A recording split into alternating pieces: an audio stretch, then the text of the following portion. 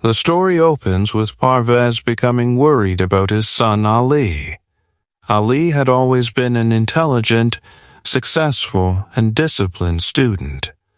He was studying to become an accountant, and Parvez dreamed that his son would enjoy a comfortable and successful future. However, Parvez suddenly notices strange changes in Ali's behavior. Ali cleans his room completely and begins throwing away his expensive clothes, books, CDs, guitar, computer, and many other possessions. He also stops meeting his friends and ends his relationship with his girlfriend. These unusual actions make Parvez extremely anxious. Since Ali refuses to explain anything, Parvez begins to imagine the worst. Parvez shares his worries with his taxi driver friends. They immediately suspect that Ali has become addicted to drugs because selling personal belongings is often associated with drug addiction. Although Parvez wants to believe this explanation, deep inside he feels something else is happening. Parvez becomes stressed and starts drinking more alcohol than before. He cannot sleep peacefully because he constantly worries about his son's future. One of Parvez's closest friends is Bettina, a prostitute whom he often drives home after work. Unlike others, Bettina advises Parvez not to judge Ali too quickly. She encourages him to speak honestly with his son instead of making assumptions. Parvez appreciates Bettina because she listens carefully and understands his emotional pain. Finally, Parvez confronts Ali. Ali calmly reveals that he has become deeply religious. He believes modern Western society is immoral, materialistic, and spiritually empty. According to Ali, people have forgotten God and are living only for pleasure, money, alcohol, gambling, and entertainment. Ali explains that he has rejected these worldly attractions because he wants to devote his life completely to Islam. Parvez is shocked.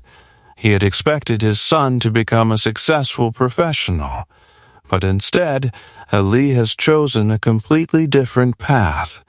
As time passes, the relationship between father and son becomes worse. Ali openly criticizes his father's lifestyle. He condemns Parvez for drinking alcohol, eating forbidden food, and living according to Western values. Parvez cannot understand why his son has become so strict and intolerant. He believes that life should be enjoyed with balance, friendship, and freedom. Ali believes true happiness comes only through complete obedience to religion. Both love each other, but neither can accept the other's beliefs. The story also presents the struggle of immigrant families. Parvez moved to England hoping for a better future. He worked hard so his son could enjoy opportunities that he himself never had. Parvez accepted British culture while still respecting his Pakistani roots. Ali, however, rejects British culture entirely.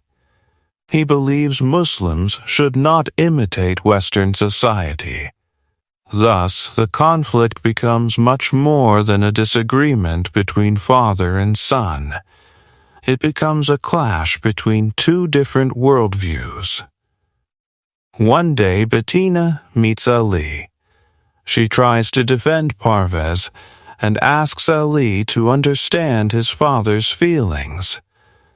Instead of listening, Ali insults Bettina because of her profession. Hearing these insulting remarks, Parvez loses control. Years of frustration, disappointment, and helplessness explode in a moment of anger. he violently attacks his own son. Ali does not fight back. Instead, while suffering the beating, he calmly asks, "So who's the fanatic now?" This powerful question ends the story and forces readers to think deeply about intolerance, anger, and extremism. Conclusion: My Son the Fanatic teaches that misunderstanding, intolerance, and lack of communication can destroy even the strongest family relationships.